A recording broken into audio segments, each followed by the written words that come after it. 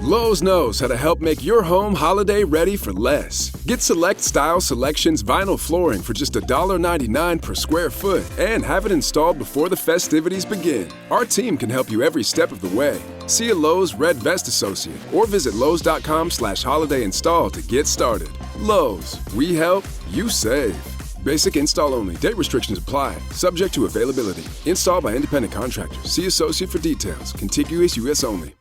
It started with a whisper, a thought that didn't feel like mine. And no, I wasn't sleep deprived. Okay, maybe a little. One night, I fell into a rabbit hole. The kind with no rabbits, only tulpas. Those strange belief-born beings said to be created by imagination, so intense they become independent. I read stories of people talking to them, living with them. Some even argued their tulpas talk back. Unsettling? Yes. Fascinating? Absolutely. Because if you can think something into existence, if a thought can start to think on its own, then what else is the mind capable of? That question is spiraled into dozens more. Can the mind leave the body? Can something without a brain decide? Can plants learn? Can mushrooms talk? Can slime molds solve Tokyo traffic better than humans? Well, you'll probably never look at soup the same way again. Welcome to Mind Beyond Matter. This is a special mini series from the Lil Weird podcast where we're going way past pop psychology or motivational brain hacks. This is about intelligence without brains, consciousness without a person, and reality shaped by thought itself.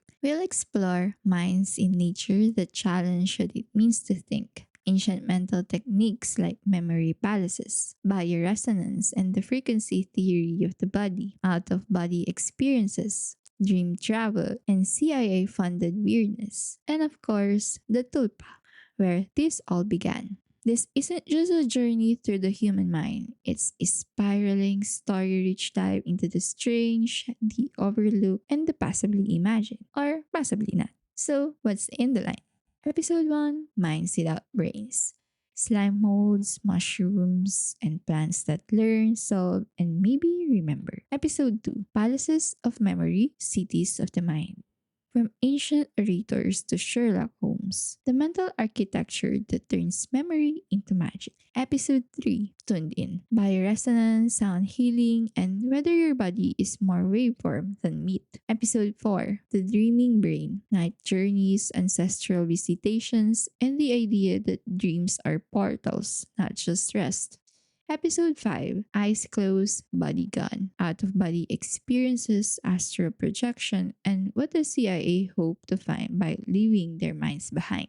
Episode 6, The Mind That Made Itself, Tulpas and Belief-Born Beings. If you imagine a person long enough, could they become real? And episode 7, Reality is Malleable. Do you see the world as it is? Or as your brain tells you to? Spoiler, it's the second one. So, why is this all so real weird? Sure, we'll talk about facts and science, real studies, but we're also here for the goosebumps, the wait what moments, the late night questions like, is reality just a very detailed hallucination we've all agreed on? Can slime molds outthink me? Or am I the tulpa? We blend science, folklore, philosophy, and storytelling, not to give answers, but to ask better questions.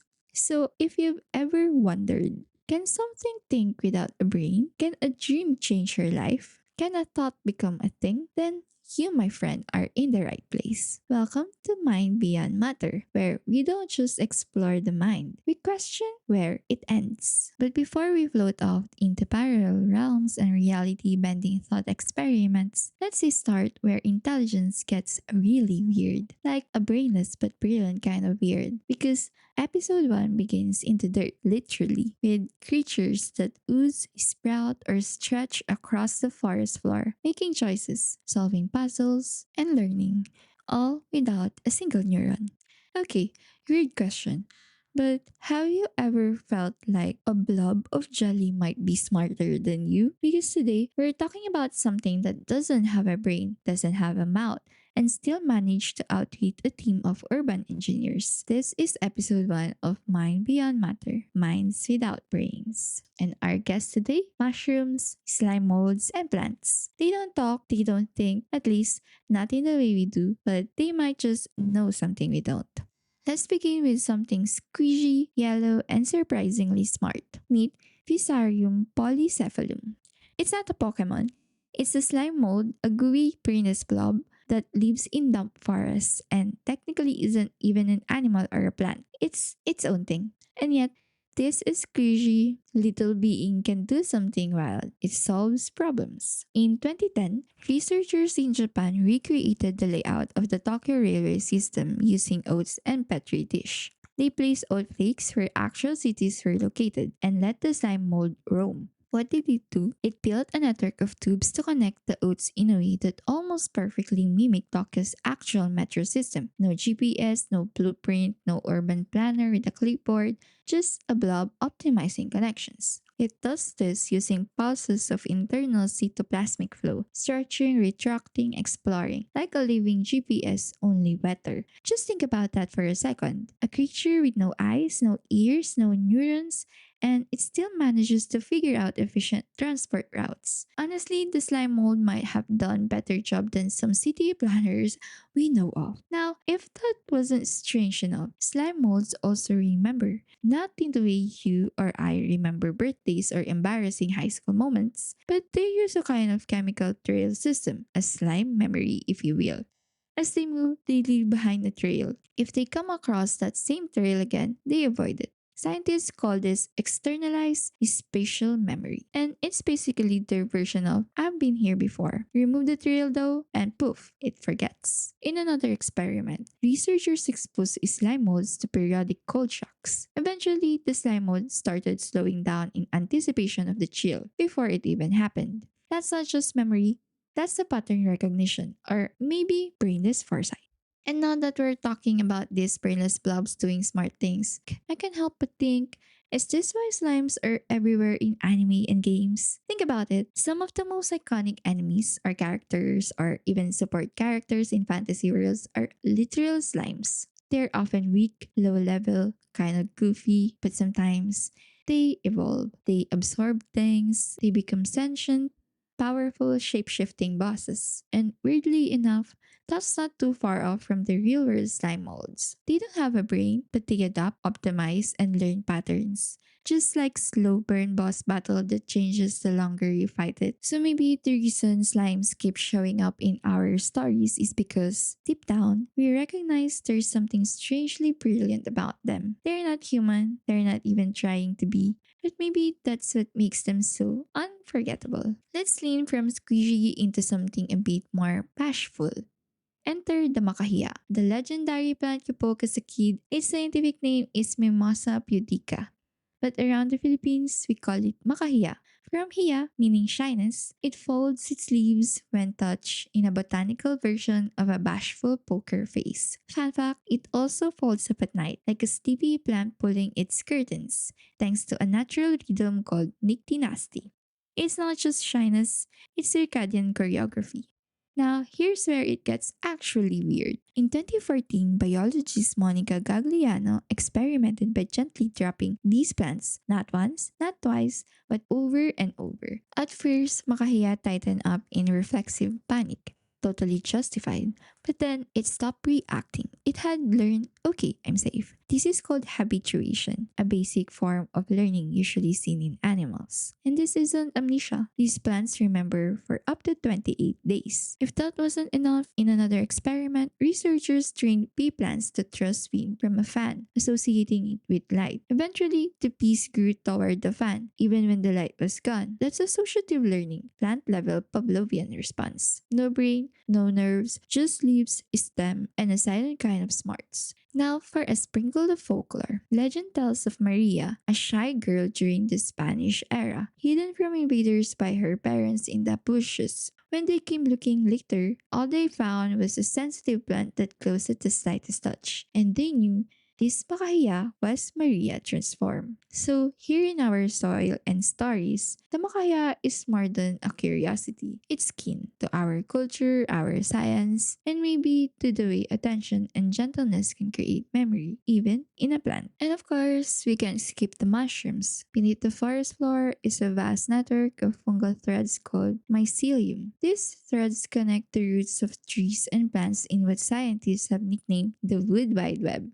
Through this underground network, fungi helps trees exchange nutrients, warn each other about threats, and even reallocate resources like a kind of botanical socialism. Some researchers suggest that the process of electrical activity within these networks could resemble a primitive form of language. No one's saying mushrooms are out here writing sonnets, but they might be talking in a way we've only just begun to understand. Which raises the big question, what if intelligence isn't something that lives inside the brain, but something that emerges across networks, roots, and rhythm? So, now what? What does it mean that a slime mode can outsmart an engineer or that a plant can learn from experience? Honestly, it's a little humbling. We've been taught that intelligence is sleek, fast, human shaped, and usually wearing glasses or even artificial. But maybe we've been looking in the wrong places. These organisms are reminding us quietly, slowly, stickily that thinking doesn't have to look like us. Maybe intelligence doesn't belong to individuals at all. Maybe it lives in connections, in rhythms, in patterns, in the way something responds to the world, whether or not it has a face, a mouth, or a brain. And that's the entire spirit of this series. Mind Beyond Matter is an invitation to consider that mind might be a field, not a thing. That consciousness might flicker through unexpected places, not just in heads, but in webs, leaves, slime, and maybe stars. What if the universe is full of minds we simply don't recognize? Minds that don't speak our language, minds that stretch like threads or pulse through fluid. From a slime mold solving mazes to a plant that chooses not to fold, the world is teeming with forms of intelligence we've only just begun to notice. And maybe, just maybe, the strangest thing isn't that they can think.